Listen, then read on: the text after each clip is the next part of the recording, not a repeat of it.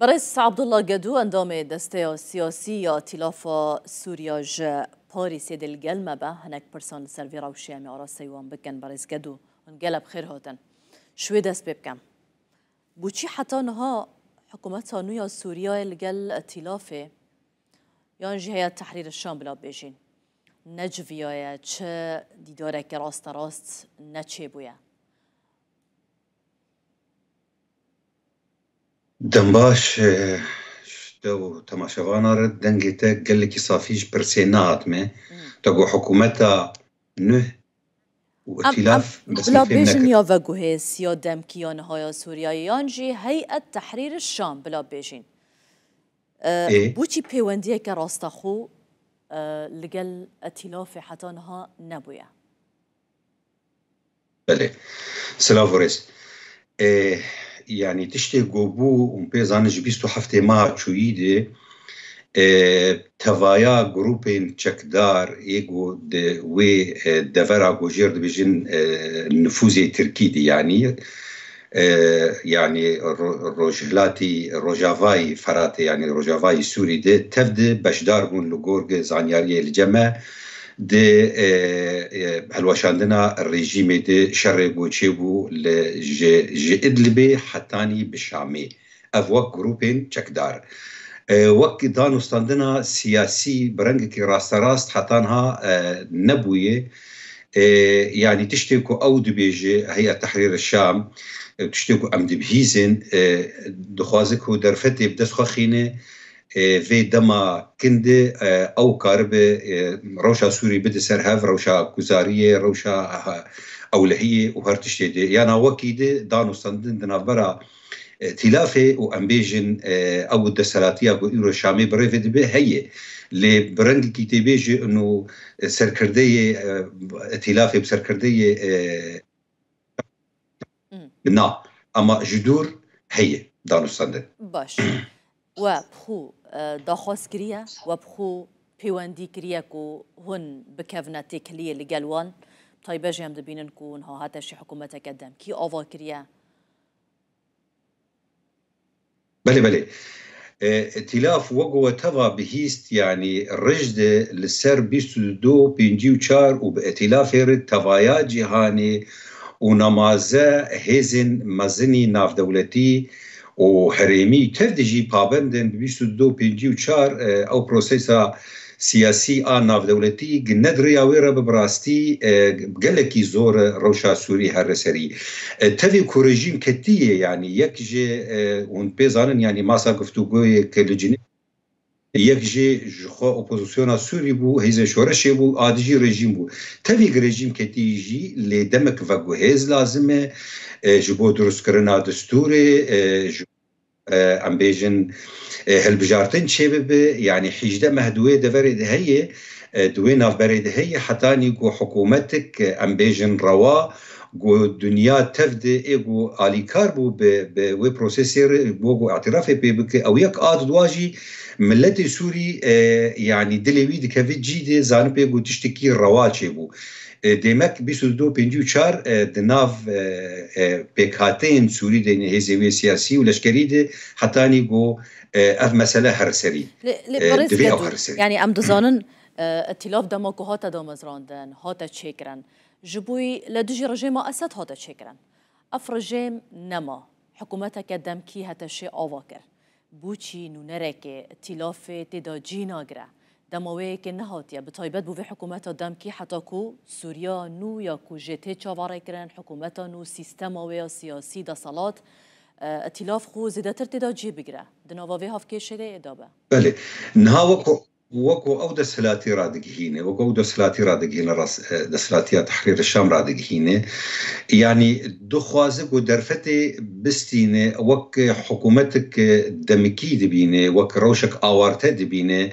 واواجي بناف كري حتى نسري اداري وايرو دروجي رادقهينن و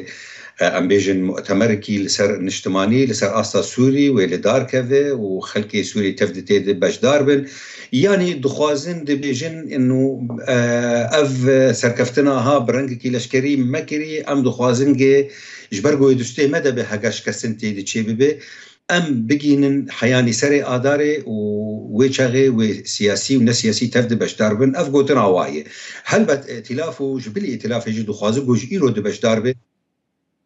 ناخوازن ام بیژن مورال گلی سوری بیش کناندن و ایجا ام بیژن بیانات درکوه و یک دیجی اید درکوه ائتلاف گو ام دخوازن گلی سوری تفد آلی کار به اوی حکومتا و گوهیز في درفتا خبسينه وحرد سيمها ودورة ام دس بكن وي بروسيسا نافنتوي اغوش سوري الجور 22 54 هاتي دانين ام تفد بردور الجلوه كيجي اف بريارا 22 54 ياكو بري جلكي لسرد اخوينو دهات غوتن كل سيرفي بنجهبه دنابرا اوبوزيسيون وبشار الاسد دا صلاه ويدابونا نما نها غير بيدرسن دجا زحمه بيك بي كير بيدرسون بالترسي في دي بيجي زحمت ندر يا فيرا بمسألة سوري هر سري ورنج خوي روابستينه وغير بيدرسون لقلق او هر سري او حجدمه هاتي دانين هر سري وقو مشترقوت يك جي دستوري حتاني هالبجارتني برلماني ودورا هالبجارتنا رئيس دولتي ويشاغي سوري دب دولتك روا ويشاغي ائتلاف وجبل ائتلافي وامبيجن هيئة التفاوض ويشاغي يعني نما بيد فيها برز قدو ائتلاف انها تشبي باشا بك يعني ائتلاف كردي دفيدا ميدا باشا چما لقل بيدنا بنيك شانت وبحفرا بچن شامي چپی باشد و دوی قناغه داکو بکه تبحث ائتلافي كرو تبحث بيدي كر برسات راسي راستي از وکه انا کسی جید بیشم یعنی چما اگر ام بیشن بوچی حتی هادناف ائتلاف دامایه بوی آوایی اگر وصابه یعنی بگشتیش بو کردان فوکسامه چه باشه بگرن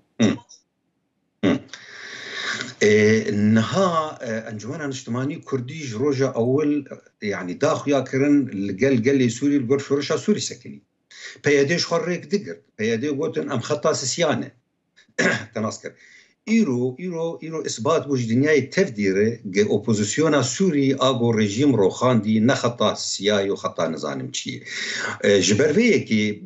دفي كرد يعني ببار نمينن بكيماني ايرو انجمن كردي دناف هزين اوبوزيسيوني دي ام بيجن بيدي وريفبريا خسر برا او جي كاري خو او خو بك او گفتگویا دناف برا انجمن اسماني كردي دو بيدي جي خو بسر نكتي ايرو بسر كيف باشه تناسكر يعني باشه ام دج هزين شورشي وهزين اوبوزيسيونا سوري بردن بين الكيلكا ان بيدي بسكن بيدي قد بي خطا سياسي ويعني وقت جمعي كدنافوي اوبوزيسيوني دي وام بيجن نبيجن ايرو الهمبري ويجي برز قدو مديتكو احمد شرع دهد اخفتنك خدا قدكو او امادنا القل حسدي بجوفن دي بحثا ائتلاف نكرنا احمد شرع بيجي از امادم لقر انا كسي نافيتشي لقل بيدي لقل هسدي روني لهمان دمي جوتي تشرط مرتنا خاكا سوري دبي حمد ببيك وتشك دار نمينن يان تشك خوش دس خبردن يانجي خطبلي ما بكن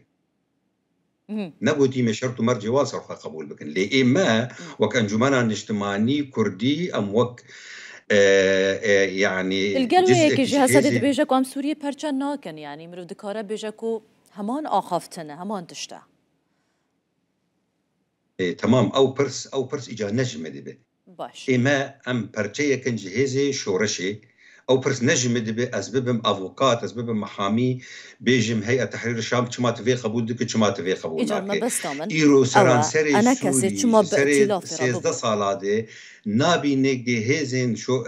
حسده نابي نج برشيه كي جشورشا سوري برشيه كي اوبوزيسيونا سوري ناد هيئه التفاوض دي ناد دفرك جوا دي ام وك انجمن اجتماعي كردي نكارن هيزك نو تبلي افي مساله بكن لي انجمن اجتماعي كردي برشيه كي جشورشا سوري امي لسر حم ميزابن امي دانو سندن بكن برافاني دبر ما في ملتي كرد بكن لي از وك انجمن اجتماعي كردي ام نكارن تو هيزي دي ايرو درباسي مساله بكن يعني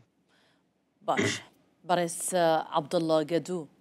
زور سپاس بو اندام دسته سیاسی یا ائتلاف سوری ج پاریس هون لگل مبون هون بخیر بن.